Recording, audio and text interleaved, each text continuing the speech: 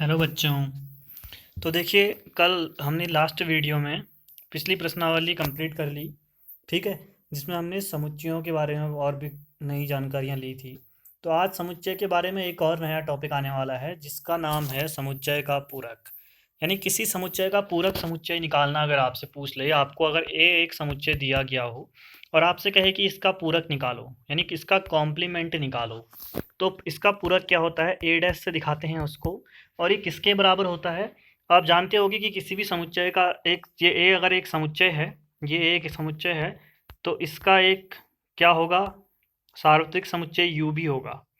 तो अगर मैं कहूँ कि हमें एक समुच्चय ए दिया गया है, ये ठीक है, कुछ दिया है, और ये हमारा चित्र में ये ए बनाया गया है, ये है ए समुच्चय।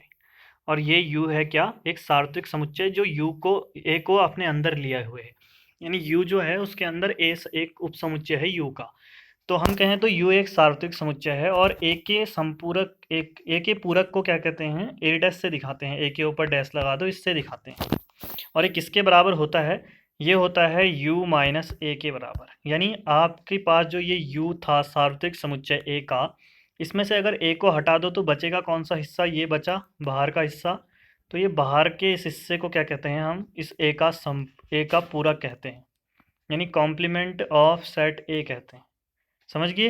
यानी u भी एक हमारे पास समुच्चय होगा जिसमें बहुत सारे अवयव होंगे यहाँ पर। ठीक है, इस तरह से यहाँ बहुत सारे अवयव होंगे, और इसी का एक छोटा सा ए एक समुच्चय है जिसमें कुछ अवयव हैं।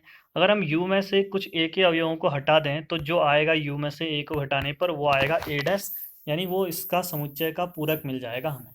और चित्र में अगर आप देखो तो वेन आरेख में इस तरह से होगा।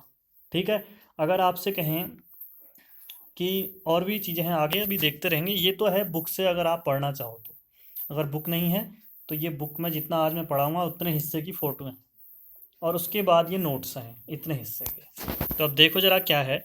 तो समुच्चय का पूरक यानी कॉम्प्लीमेंट ऑफ अ सेट क्या होता है? यू एक सार्वत्रिक समुच्चय है, भी बताया था। और ए क्या है? यू का एक उपसमुच्चय है, यानी ए जो है वो यू के अंदर है, यानी इसका उपसमुच्चय ही तो हुआ ए।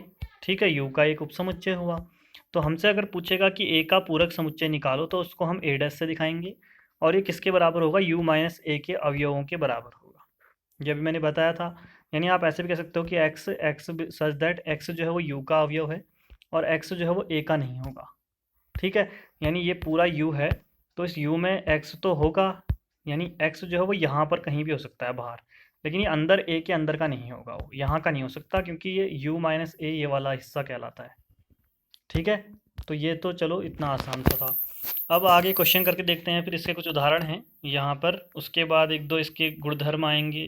ठीक है, फिर और क्वेश्चन आएंगे, और फिर कुछ गुणधर्म आएंगे। बस इतना हिस्सा आज हमें कवर करना है।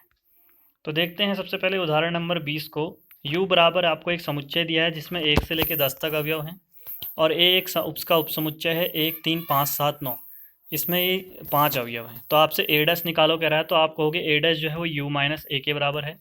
तो इस u में से ए के अवयवों को हटा दोगे, यानी 1 को हटा दोगे, 3 को हटा दोगे, 5 को हटा दोगे, 7 को हटा दोगे, और 9 को हटा दोगे। बचे क्या? 2 4 6 8 और 10। तो उनको लिख दोगे। यही जो अवयव हैं, ये जो समुच्चय बनाएंगे, ये बनेगा ए का पूरक समुच्चय, यानी ए डैश। काफ़ी आसान था। आगे बढ़ते हैं। अगला एक और उदाहरण 21वां दिया है, जिसमें u बराबर कह रहा है कक्षा 11 के सभी विद्यार्थियों का सार्वत्रिक समुच्चय है। u आपके पास क्या है कि आपकी कक्षा 11 में जितने भी बच्चे हैं उन सभी बच्चों का समुच्चय हो गया। और एक आपका उपसमुच्चय है कि कक्षा 11 की सभी लड़कियों के समुच्चय को a बोला उसने, और आपसे कहा a डैश निकालो। तो आपने कहा कि a डैश बराबर तो u माइनस ए होता है, यानी अगर सभी बच्चों में से सिर्फ लड़कियों को अलग कर दोगे तो बचेंगे क्या? लड़के। तो ए डैश क्या आ जाएगा? कक्षा 11 के सभी लड़कों का समुच्चय क्या हो जाएगा? ए डैश हो जाएगा। यानी लड़कियों के समुच्चय के पूरक में क्या आएगा? लड़कों का समुच्चय आ जाएगा। ठीक है, तो आसान था मेरे ख्याल से, कुछ इतना खास तो है नहीं, बस नया टॉपिक है तो आपको बस याद रखना है। लेकिन देखो, ये जो छोटी छोटी चीज़ें होती हैं ना, बाद में भूल जाते हैं, इसलिए इनको हल्के में मत लेना। इनको एक बार पढ़ो, फिर दोबारा रिवीजन करो, फिर पढ़ो, और फिर बार बार पढ़ोगे, तो उससे आपको ये हमेशा याद रहेंगे। और जितना ज़्यादा याद रहेंगे उतना आगे काम भी आएंगे, क्योंकि आपको पता है कि किसी भी क्लास में अगर आप जाते हो तो पुरानी चीज़ें कई बार आपको दिखती होंगी। हर एक चीज़ दोबारा आती है, याद रखना। जो कक्षा 11 में पढ़ोगे ना, या तो 12 में आएगी, या उसके बाद जब कभी आप मैथ्स पढ़ोगे, तो कहीं ना कहीं तो कक्षा 11 का हर एक चीज़ आएगी, हर एक चीज़ जो जो आप पढ़ रहे हो। और जो मैं ये पढ़ा रहा हूँ ना, अगर ये पढ़ लेते हो तो इसके बाद कुछ एक्स्ट्रा पढ़ने की ज़रूरत नहीं है फ़िलहाल आपको। इससे बाहर कुछ भी नहीं आने वाला है। बस इन चीज़ों को समझो, जो नोट्स हैं वो भी देखो, उदाहरण भी करो। जो मैं करा रहा हूँ सारे उदाहरण कराता हूँ और सारी प्रश्नावली करा रहा हूँ, कोई भी चीज़ नहीं छोड़ रहा हूँ। कुछ एक जैसे क्वेश्चन है तो आपको बता रहा हूँ ऐसे करो, और वो आपने सिर्फ उतारने हैं बस। ठीक है, तो चलो आगे बढ़ते हैं। एक और इम्पोर्टेंट पॉइंट है, कह रहा है यदि समुच्चय ए जो है वो समुच्चय का एक उप समुच्चय हो। ठीक है,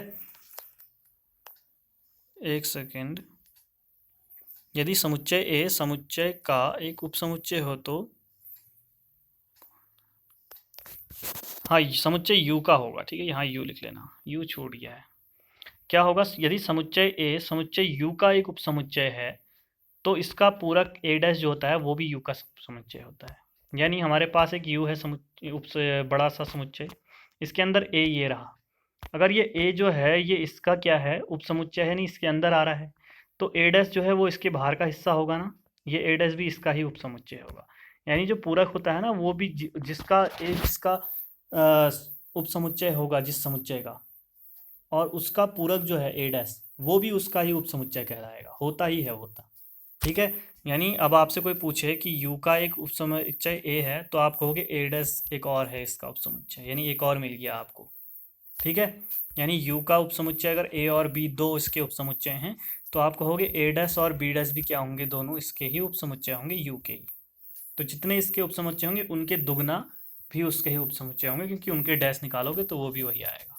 एक ये होगी गुणधर्म। ठीक है, उसके बाद ए डैश का डैश, अगर दो बार आप किसी का पूरक निकाल लेते हो ना किसी समुच्चय का, तो वापस वही समुच्चय आ जाता है। ठीक है, इसको सिद्ध करके दिखा रखा है मैंने। एलएचएस वाला हिस्सा लिया और आरएचएस निकालेंगे, तो ये लिया, इसके बाद अंदर ए डैश वाले की जगह यू माइनस ए रखा, बाहर डैश का डैश रहने दिया। फिर ये क्या हुआ, इसका डैश क्या होगा, इसको भी यू में से इसको घटाएंगे तो इसका डैश निकल जाएगा, तो यू में से इसको घटा दिया। ठीक है, वही लगाया। उसके बाद फिर ये ब्रैकेट हटा तो ये माइनस ए प्लस हुआ, और ये कट गए तो ए आ गया, वापस से देखो वही आ गया आरएचएस। है आसान, तो ऐसा प्रूव करना आएगा नहीं लेकिन सीख लेना। अगला एक दो गुणधर्म और हैं, डी मॉर्गन नियम कहते हैं इसको। इंग्लिश में भी ऐसे लिखते हैं और हिंदी में भी आप देखो कि ऐसे लिखा गया है, तो हिंदी में भी इसको इंग्लिश में ही लिखते हैं, क्योंकि बहुत बड़े मैथमेटिशियन थे डी मॉर्गन, और इन्होंने बहुत बड़े बड़े नियम दिए हैं। और अधिकतर इन्हें जो नियम दिए हैं ना डैश वाले दिए हैं। ये ऊपर डैश जो है, जब डैश अगर ब्रैकेट के बाहर होता है डैश, और ये हटता है अंदर आता है जब दोनों के पास, तो क्या चीज़ होती है, क्या बदलाव आता है। यहाँ पर ऐसे दिख रहा है, आगे पढ़ोगे त्रिकोणमिति में भी इनके नियम दिखेंगे, वहाँ पर भी ये बाहर जो ऊपर दोनों ब्रैकेट के बाहर कर कोई चीज़ होगी तो वो जब अंदर आएगी तो क्या अंतर कर देगी और क्या हो जाएगा, ये वहाँ पर भी उन लोगों ने दिया है, उन्हीं इन्हीं ने दिया है। ठीक है, यही डी मॉर्गन मिलेंगे हर जगह। तो इनके दो नियम हैं, जब ए यूनियन बी, पूरे यूनियन वाले का बाहर से डैश करो या इंटरसेक्शन वाले का डैश करो, और जब इसे खोलोगे ना अंदर ले जाओगे तो ए के साथ जाएगा और बी के साथ जाएगा, और अंदर यूनियन जो है वो आ जाएगा इंटरसेक्शन में। ठीक है, यानी सम्मिलन जो है वो आ जाएगा सर्वनिष्ठ में बदल जाएगा। ऐसे ही जब आप क्या करोगे, इधर इंटरसेक्शन में है, ठीक है, यहाँ पे सर्वनिष्ठ है, तो ये सम्मिलन में बदल जाएगा और डैश अंदर दोनों के साथ चला जाएगा सीधी सीधी।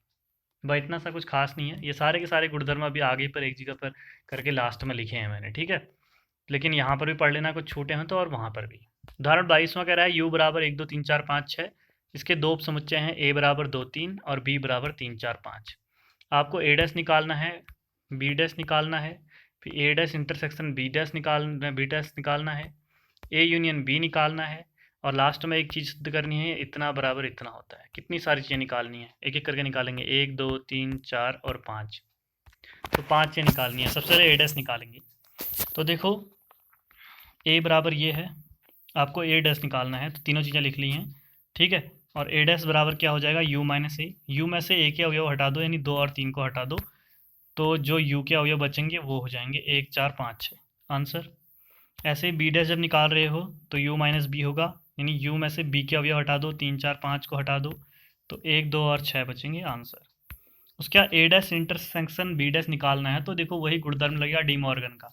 इसको हम उल्ट कैसे लिख सकते हैं, इसको नहीं, इसमें ज़रूरत नहीं है फिलहाल। ए डैश की जगह ए डैश का मान रख लोगे, ये इंटरसेक्शन ऐसे रहेगा, और बी डैश की जगह बी डैश का मान रख लोगे। अब दोनों में इंटरसेक्शन का मतलब जो दोनों में आता हो, दोनों में क्या आ रहा है, एक आ रहा है जो दोनों में है, और एक 6 आ रहा है जो दोनों में है, तो 1 और 6 आ जाएंगे, आंसर। ऐसे अगला हमसे ए यूनियन बी निकालने को कहा है, तो ए और बी के अवयव आएंगे और जो दोनों में होंगे वो भी आएंगे, वो एक ही बार आएंगे। तो ए के अवयव 2 3 और बी के अवयव 3 4 5 है, 3 दोबारा नहीं आएगा, 2 3 4 5 आ जाएंगे आंसर। ठीक है, लास्ट वाले हिस्से को करना है हमें ए यूनियन बी का डैश बराबर ए डैश इंटरसेक्शन बी डैश निकालना है। तो हमने एक बार एलएचएस वाले का आंसर निकाला और आरएचएस वाले का, दोनों बराबर आने चाहिए। तो ए यूनियन बी का डैश जब निकाल रहे हैं तो ये क्या होगा, U minus A union B होगा। फिर ए यूनियन बी की जगह आप ए यूनियन बी के अवयव लग दो, ये अभी निकाला है। यू की जगह आपको पता है ऊपर दिए गए हैं अवयव 1 से लेकर 6 तक के अवयव हैं। अब एक से इस यू की जगह 1 से लेकर 6 तक के अवयव हैं और यहाँ 2 3 4 5 हैं। तो क्या कॉमन दिख रहा है आपको? ठीक है, नहीं ए के अवयव की यू की जगह, ये इस यू की जगह लिख लेते हैं हम 1 2 3 4 5 और 6। अब इसमें से 2 3 4 5 को हटा दोगे तो 1 और 6 ही बचेंगे, माइनस कर रहे हैं ना, तो 1 और 6 बचेंगे, ये आएगा। फिर इसका एलएचएस वाला हिस्सा ये था, आरएचएस वाले को किया तो आरएचएस वाला हिस्सा ए डैश इंटरसेक्शन बी डैश आपने एक जगह निकाला है, ये 1 6, तो इसको लिख दोगे। अब देखो दोनों बराबर आ रहे हैं, यानी ये और ये बराबर हैं, तो समीकरण 1 व 2 से दोनों बराबर, ये सिद्ध हो गया। तो सारे हिस्से हमने कर लिए इसके। ठीक है, तो काफ़ी आसान है, इतना टफ भी नहीं है। अब गुणधर्म है, सारे एक साथ लिखे हैं, पीछे वाले भी, अभी वाले भी, नए वाले भी।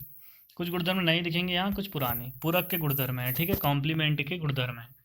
तो क्या है, पूरक नियम होता है कि अगर ए यूनियन ए डैश करो आप पहले एक बार ये बताऊँ, सबसे आसान लगेगा जब आपको ये ब्रेन आरेख में बनाऊंगा मैं।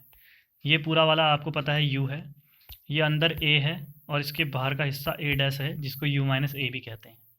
अब अगर आप ए और ए डैश का यूनियन निकाल रहे हो तो इन दोनों को जोड़ रहे हो। अगर इन दोनों को जोड़ोगे तो पूरा यू बनेगा नहीं, बन रहा है ना, यानी ये वाला तो आपने सीख लिया। दूसरा, ए और ए डैश में अगर इंटरसेक्शन मतलब कॉमन कोई चीज़ जो दोनों में आ रही हो। अब देखो ये अंदर ए है, बाहर ए डैश है, कुछ चीज़ भी कॉमन इनमें दिख रही है? नहीं दिख रही, तो इसका मतलब ये 5 होगा, यानी 0 होगा। 0 को हम 5 से दिखाते हैं। था आसान, तो ऐसे आपने सीखना है। ठीक है, दूसरा डी मॉर्गन के नियम, वही 2 लिख दिए हैं हमने यहाँ जो पीछे थे। एक द्विपूरक नियम मैंने बताया था ना, एक जगह 2 बार डैश करते हो तो ए आता है वापस, यानी पूरक किया लेकिन 2 बार किया, द्वि मतलब 2, तो 2 बार पूरक किया तो वापस वही आ गया। अगला एक फाई का नियम, एक यू का नियम है, तो हर जगह आप देख ही रहे होगे। फाई का अगर डैश करोगे तो यू आएगा, ये देखो ये यू है, और फाई कहाँ है? फाई एक जीरो को कहते हैं जो है ही नहीं। अब इस जीरो को अगर आप यू में से हटा दोगे, फाई डैश का मतलब क्या होगा, यू माइनस फाई होगा। अब यू में से फाई को जीरो को घटाओगे तो यू ही तो आएगा ना, तो यू ही आया। अगर ऐसे यू डैश करोगे तो वो फाई आएगा। यू डैश का मतलब यू में से यू को घटाओ तो जीरो आता है, जीरो का मतलब फाई। तो काफ़ी आसान है, और ये 2 भी आसानी थे। तो इतने आज आपने देखने हैं। उसके बाद ये प्रश्नावली के क्वेश्चन है कुछ 7 क्वेश्चन, जिनको हम अगले वीडियो में एक ही वीडियो में कंप्लीट करेंगे। तो एक काम करते रहना, और पूरा हो जाए तो मुझे भेजते भी रहना, ताकि मैं चेक कर सकूं कि काम में कुछ मिस्टेक तो नहीं है करके। ठीक है, तो मिलते हैं अगले वीडियो में, तब तक के लिए बाय बाय।